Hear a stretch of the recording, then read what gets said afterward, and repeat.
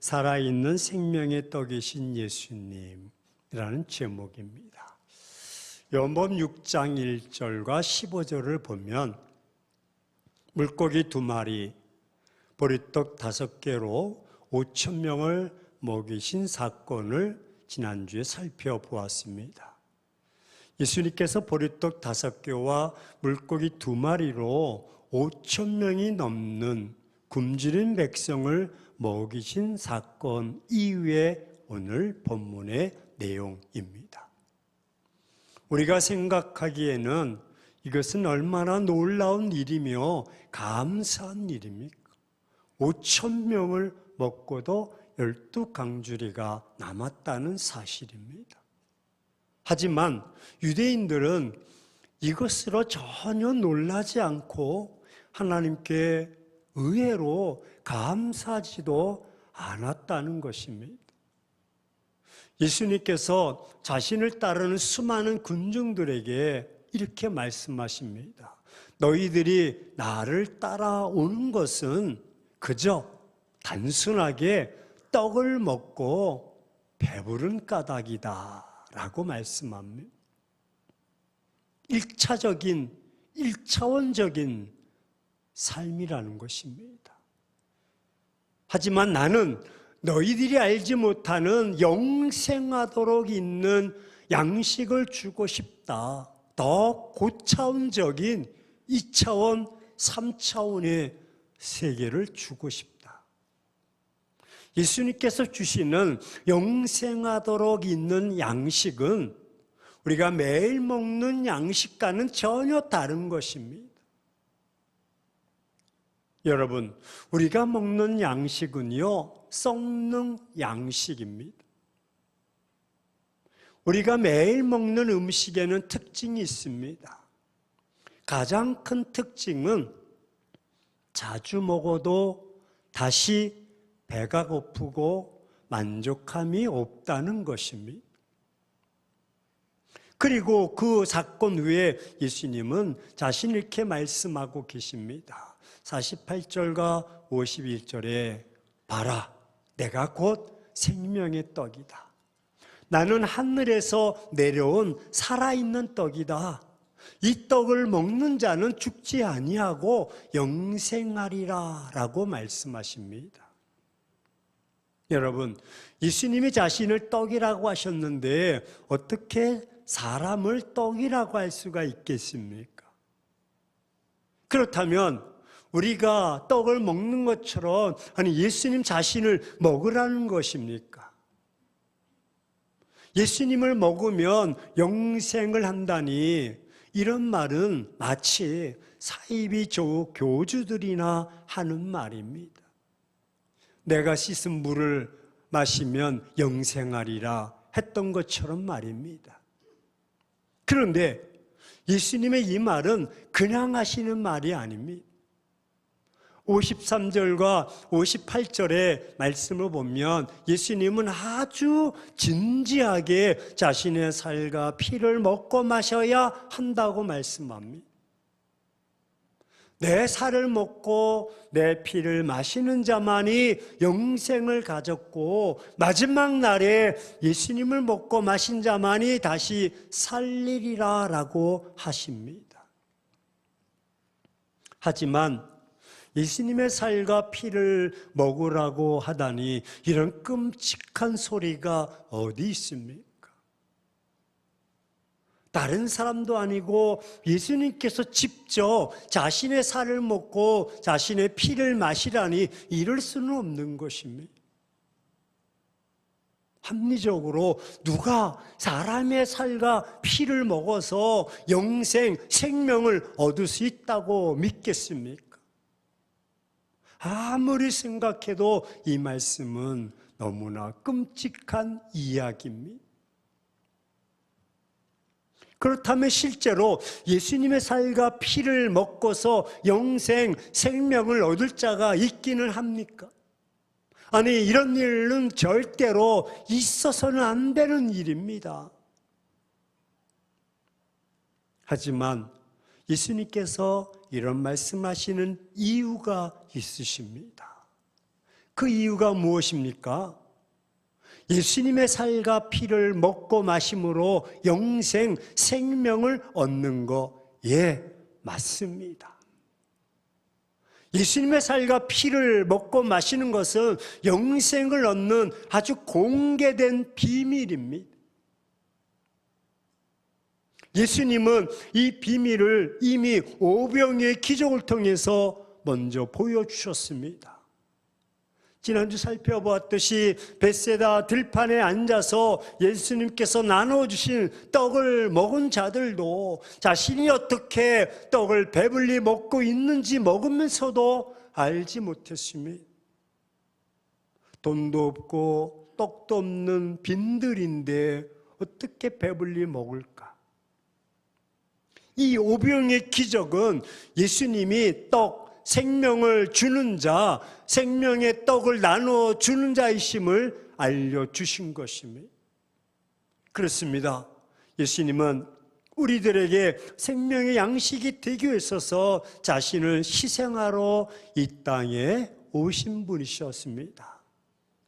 마치 빵이 사람의 양식이 되기 위해서 미리 부서지고 깨져서 가루가 되는 희생이 있어야 합니다. 여러분, 우리가 식탁에 앉아 먹는 양식도 전부 자기 죽음으로 된 것입니다. 그러므로 우리가 성찬을 대할 때마다 떡과 포도즙이 아니라 그것은 바로 희생의 은혜인 것입니다. 나는 하늘에서 내려온 살아있는 떡이니 사람이 떡을 먹으면 영생하리라. 내가 줄 떡은 곧 세상의 생명을 위하는 내 살이니라 하시니라. 여러분, 여기에 이 살은 자기 자신을 희생제물로 바치는 것이요, 자발적으로 자기 생명을 내놓는 것입니다. 그렇습니다. 예수님은 십자가의 희생을 자기의 살과 피를 주는 장소로 고백하고 있습니다. 예수님은 한 알의 미날로 부서지고 깨져서 빵이 되어 우리 속에 생명의 양식으로 들어오셨습니다. 그래서 예수님은 이렇게 말씀하십니다. 내가 진실로 진실로 너희에게 말한다. 인자의 살을 먹지 아니하고 인자의 피를 마시지 아니하면 너희 속에, 한번 따라서 고백하십니다. 영생이 없다. 생명이 없다. 예. 그럼 예수님께서 어떻게 우리의 살이 되고 피가 됩니까? 우리가 그것을 먹고 마셔야 되는데, 그것은 자신을 희생시킨다는 것입니다. 자신의 몸을 내 살과 피로 만들어 주기 위해서 자기를 희생한다는 것입니다. 그래서 나는 하늘에서 내려온 살아있는 떡이다.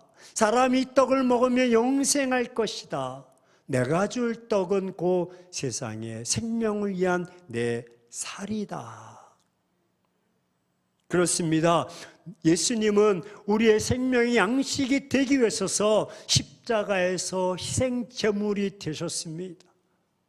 내가 살을 먹고 내가 피를 마시는 것은 영생을 가질 것이다. 그리고 마지막 날에 내가 그를 다시 살릴 것이다.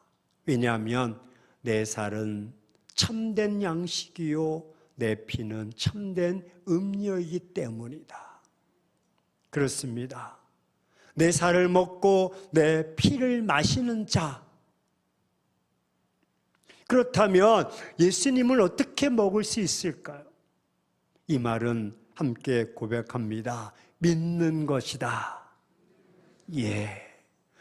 우리가 예수님의 살을 먹고 예수님의 피를 마신다는 것은 곧 예수님을 믿는 것입니다. 내 아버지의 뜻은 아들을 보고 믿는 자마다 무엇을? 영생을 얻는 이것이니 마지막 날에 내가 이를 다시 살리리라. 할렐루야. 따라서 논리적으로 먹는 것과 믿는 것은 같은 논리요 같은 행위인 것입니다. 우리가 먹음으로 생명을 얻듯이 믿음으로 예수님을 영접하고 받아들이는 것이요 믿는 것입니다. 여러분, 모든 종교는 다 철학적이고 이론적이고 의식적입니다. 근데 예수님께서 우리에게 주는 믿음은 먹는 양식과 같은 것입니다. 우리가 식탁에서 밥을 먹을 때 배만 채우면 그 육성을 채우는 것입니다. 그 밥 속에 담겨진 희생을 알고 먹으면 영성을 채우는 것입니다. 우리가 먹을 때마다 그것을 주신 분의 마음을 먹어야 하는 것입니다.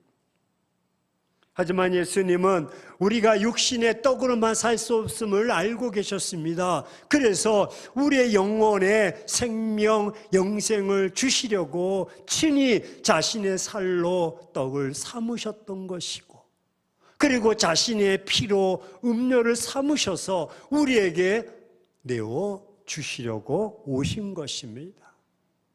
이는 예수님이 십자가를 통해서 찢으신 몸과 흘리신 피를 의미하는 것입니다. 그럼 어떻게 예수님의 살과 피를 먹을 수 있습니까? 예수님께서 나를 살리시려고 살을 찢기심과 피 흘려주심을 믿는 것입니다. 할렐루야. 이 믿음의 식용작용이 나를 살리는 유일한 방법입니다. 그래서 예수님께서 믿음으로 먹으라, 믿음으로 마시라고 말씀하고 있는 것입니다. 그렇습니다. 예수님의 살과 피는 참된 양식과 참된 음료입니다. 여러분, 사람이 숨을 쉰다고 해서 살아있는 것은 아닙니다. 죽은 것 같은 삶을 사는 사람들이 너무나 많습니다. 교회는 다니지만 날마다 죽겠다 하는 사람이 너무나 많습니다. 삶의 우겨쌈을 당한 사람이 너무나 많습니다. 말하는 것도 행동하는 것도 시체와 같은 죽은 사람들이 너무나 많습니다. 그러나 어떤 사람은 거의 죽어가는 삶이라 할지라도 살아있는 것 같습니다. 왜? 그의 입에서는 생명의 말이 나오고 감사와 찬양과 은혜가 넘쳐납니다. 이것이 곧 생명인 줄로 믿습니다. 예수님께서 생명을 재미있게 생명의 떡이라고 표현하신 것입니다. 떡의 기능은요, 보고 감상하는 것이 아닙니다. 그것은 그림의 떡입니다. 아무리 봐도 배부르지 않습니다. 떡의 기능은 떼어서 먹는 것입니다. 떡이란 말은 먹는다는 말과 연결되어 있습니다. 그렇듯이 신앙은 느끼고 감상하는 것이 아닙니다. 보고 즐기는 것도 더더욱 아닙니다. 신앙은 예수님을 믿는 것이요 예수님을 먹는 것입니다. 믿으시면 아멘 하시기 바랍니다. 생명의 떡이신 예수님을 먹어야 됩니다. 예수님의 떡을 먹어야 피가 되는 것이고 예수님의 떡을 먹어야 살이 되는 것입니다. 예수님은 우리에게 객관적 대상이 아니십니다. 예수님은 지식의 대상도 아닙니다. 예수님은 철학의 대상도 아닙니다. 예수님은 내 안에 계시는 영원하신 주님이 되시는. 요한복음 6장 52절에 그러므로 유대인들이 서로 다투어 이르되 이 사람이 어찌 능히 자기 살을 우리에게 주어 먹게 하겠느냐. 보십시오. 사람들은 예수님의 말씀을 식인종 관점에서 이해했습니다. 인간의 이성으로 영적인 것을 해석할 수가 없습니다. 육은 영을 이해하지 못합니다. 여러분, 이성으로 영적인 것을 해석하려면 식인종밖에 되지 않습니다. 기독교를 식인종 종교로 만들어 버리는 꼴이 되고 마는 것입니다. 그래서 계속해서 53절과 55절에 말씀하십니다. 예수께서 우리에게 자신을 감상하고 또 따지며 연구하는 대상이 아니라고 말합니다. 믿으라, 나를 먹고 마셔라. 그러면 줄이고 목마른 너 인생은 풍성해질 것이다. 할렐루야. 그렇습니다. 예수님과 내가 노가족 하나 되는 것을 의미하는 것입니다. 먹고 마시는 것입니다. 여러분, 예수님을 먹으셨습니까? 예수님을 마시셨습니까? 우리는 예수님을 먹어야 삽니다. 예수님을 먹는다는 개념이 성만찬식으로 발전한 것입니다. 우리 1년에 4차례 하는데 그 떡과 살을 대할 때마다 주님 내가 믿습니다. 주님이 내 안에 내가 주님 안에 거함을 믿습니다. 라는 그 은혜로 대하는 것입니다. 예수님께서 십자가에서 살을 찢기시고 피를 흘려 죽임을 당하심으로 제자들에게 나눠준 것이요 저와 여러분에게 나눠준 것입니다.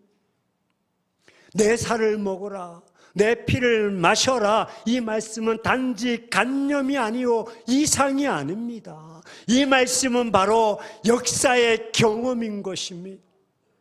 내가 체험하고 내가 느껴야 되는 말씀인 것입니다. 오늘 이 역사적인 경험을 통해 죽음의 그림자가 사라지기를 주의 이름으로 축원합니다.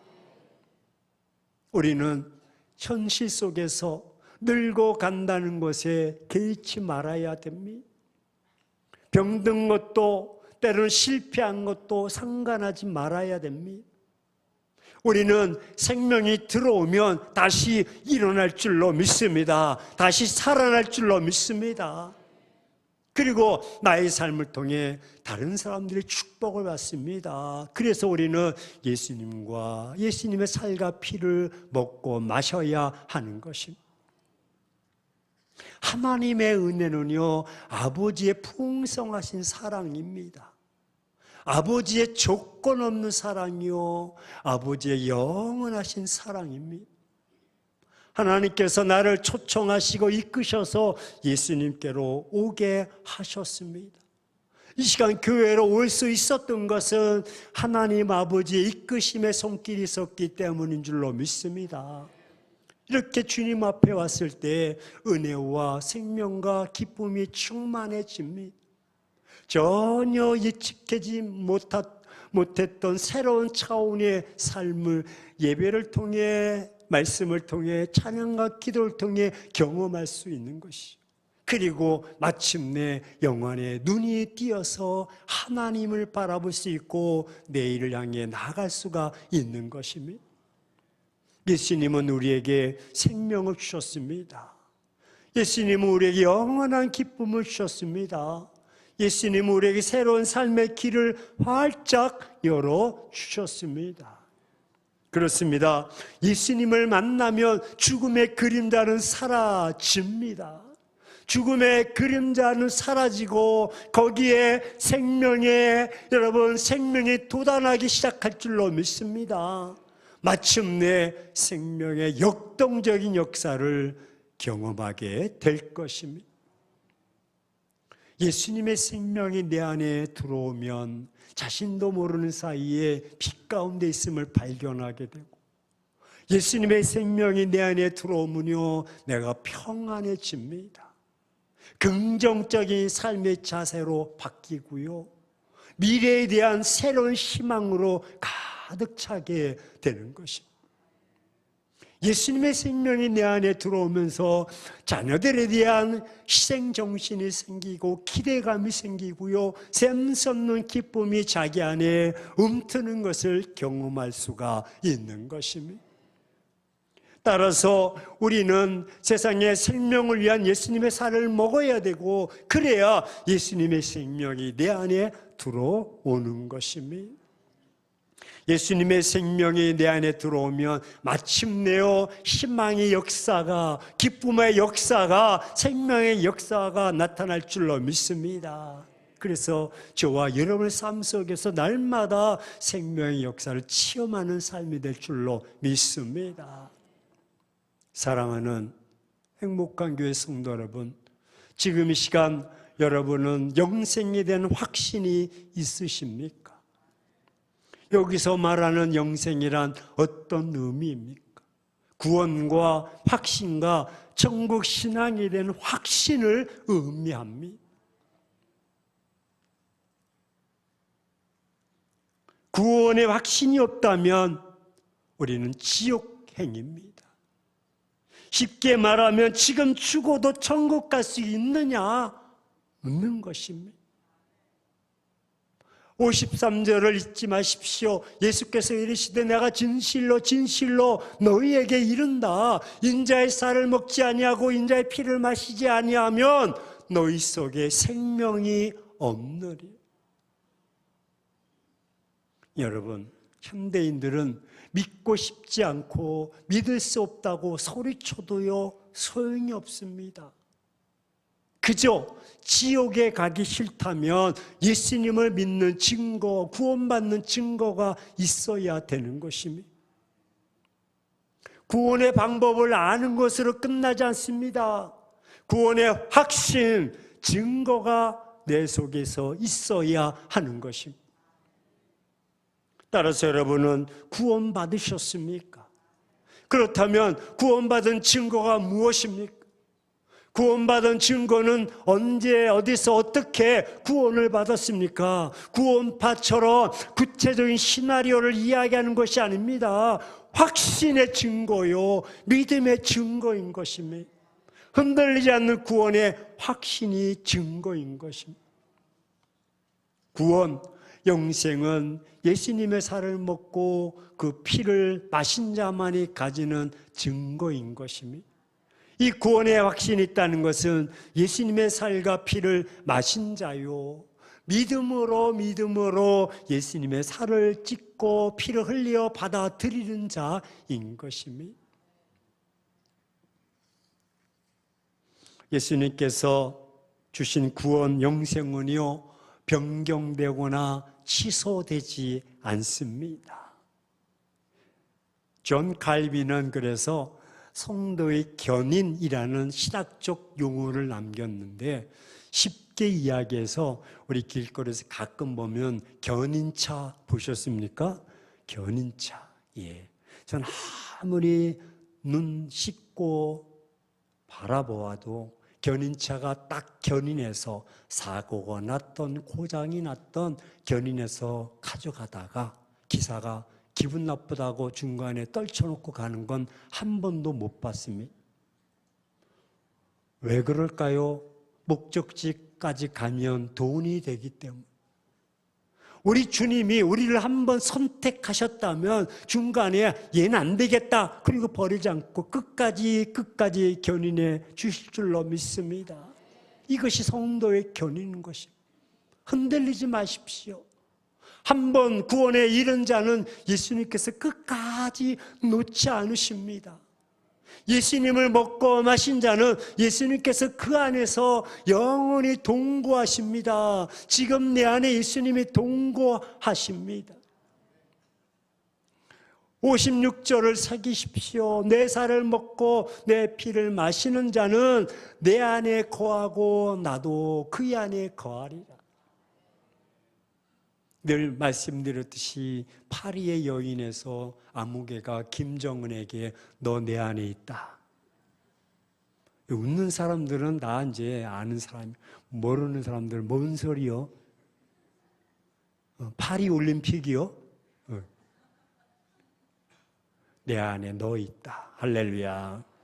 내가 주님 안에 있고 주님이 내 안에 있는 것입니다. 성찬은 그래서 예수님의 살과 피를 먹고 마시는 자가 나누는 신앙적 고백인 것입니다. 오늘은 떡이 좀 크네. 이게 왜 눈에야? 오늘 잔이 완전히 찼네. 아이고 이거 뭐 그런 의미가 아닙니다. 영생 얻는 자들의 신앙적 잔치가 성만찬입니다. 예수님을 다시 한번 확신하는 다짐과 고백의 잔치가 떡과 잔을 대하는 것입니다. 기쁨과 은혜를 나누는 잔치입니다. 어떤 교회는 그래서 1년 52주를 성만찬 한다. 야, 대단한 교회. 우린 4번 합니다. 대할 때마다 깊은 마음. 사랑하는 행복한 교회 성도 여러분, 입으로 예수님을 먹고 마시는 성찬을 귀하게 여기시고 앞으로 성찬을 받는 것은 영생을 얻는 자들의 특권이요, 성찬을 통해서 예수님과 관계를 든든히 하는 시간이 되시기를 축원합니다. 예수님을 누리는 은혜를 회복하십시오. 앞으로 준비될 성찬을 받으시고 예수님을 누리는 자리에 어떤 모습으로 참여하실 것인가에 곰곰이 생각하면서 자신을 드리는 것입니다. 오늘은 우리가 예수님의 살과 피로 인해서 새 생명의 희망을 안고 나아가는 날입니다. 예수님은 나를 위해서 당신의 살을 찢기셨고 예수님은 나를 위해서 당신의 피를 흘리셔 주셨습니다. 그리고 예수님은 나에게 그 살과 피를 양식으로 주셨고, 그러면서 이 양식은 곧 생명이다. 이것은 예수님의 진면목입니다. 그 예수님의 사랑, 그 예수님의 희생, 그 예수님의 은혜와 예수님의 구원, 예수님의 능력의 진면목이 성만찬이요, 떡과 잔을 나누는 것이요, 먹는 것이요, 믿는 것입니다.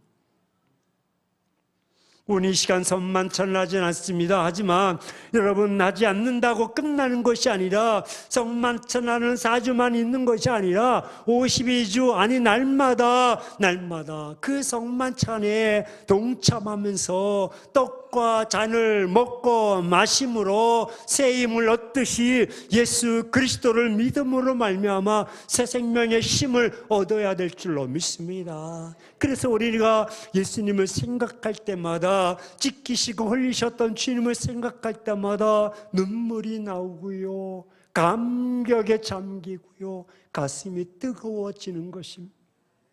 그 이유가 바로 여기 있습니다. 우리가 예수님을 생각하며 눈시울이 붉어지지 않을 수 없는 이유가 바로 이것입니다. 웬 은혜입니까? 그렇습니다. 이제 결단합시다. 예수님의 은혜를 늘 감사하고 그 은혜에 감격합시다. 그리고 우리의 일생에 예수님의 살과 피가 흐를 수 있도록 늘 힘을 씁시다. 만약 우리가 그것을 날마다 체험하지 못한다면 우리 삶 속에 계속 매일 엄습해오는 사단의 공격, 그런 시련, 어둠의 그림자, 갈등과 아픔과 시련과 여러분 실패와 그 모든 것들이 올 때 우리는 답답해서 견딜 수가 없는 것입니다. 신앙의 역동적인 삶을 살 수가 없는데, 그런 것들이 아무리 몰려와도, 엄습해와도 나는 날마다 주의 살과 피를 먹고 마심으로, 나는 예수 그리스도를 믿음으로 내가 주 안에 있고 주와 내 안에 있음을 깨닫고 살아가는 것입니다. 그럴 때 우리는 역동적인 삶을 살아갈 수가 있는 것입니다. 그것을 날마다 느끼고 체험할 때 삶의 영적인 에너지가 생기고요, 삶의 양식인 은혜가 충만한 것입니다. 내가 무능해도 그리스도 안에 있기 때문에, 주님이 내 안에서 흐르고 나와 함께 하시기 때문에 우리는 그것을 정복하고 극복하고 나갈 수가 있는 것입니다. 무엇으로 여러분 엄습해오는 수많은 여러분 고난과 어려움을 극복해 나갈 수가 있겠습니까? 그 갈등과 그 여러분 흑암의 저주를 어떻게 이겨나갈 수가 있겠습니까? 답답해서 우리는 견딜 수가 없습니다. 하지만 우리에게 날마다 떡과 날마다 그 살과 피가 있는 줄로 믿습니다. 지금도 그래서 하나님, 내 머리부터 발끝까지 그 살과 피가 흐르게 하옵소서. 내가 날마다 예수 그리스도를 믿음으로 말미암아 새 힘을 얻게 하셔서 내게 엄습해하는 모든 고난과 환난을 극복하며 나가게 하시고 마침내 역동적인 삶을 살아가게 도와주옵소서. 세상을 두려워하지 않게 하시고 흑암의 근세를 두려워하지 않게 도와주옵소서. 내 속에서 흐르는 은혜가, 넘치는 은혜가 나를 사로잡을 때에 우리는 그 고난을 통과하며 극복하며 마침내 승리할 줄로 믿습니다. 화가 변해서 복이 될 줄로 믿습니다. 슬픔이 변해서 기쁨이 될 줄로 믿습니다. 왜? 주님의 살과 피는 우리의 생명, 양식, 영생이기 때문입니다. 믿으시면 아멘 하시기 바랍니다. 우리 좌우 사람에게 한번 힘을 냅시다.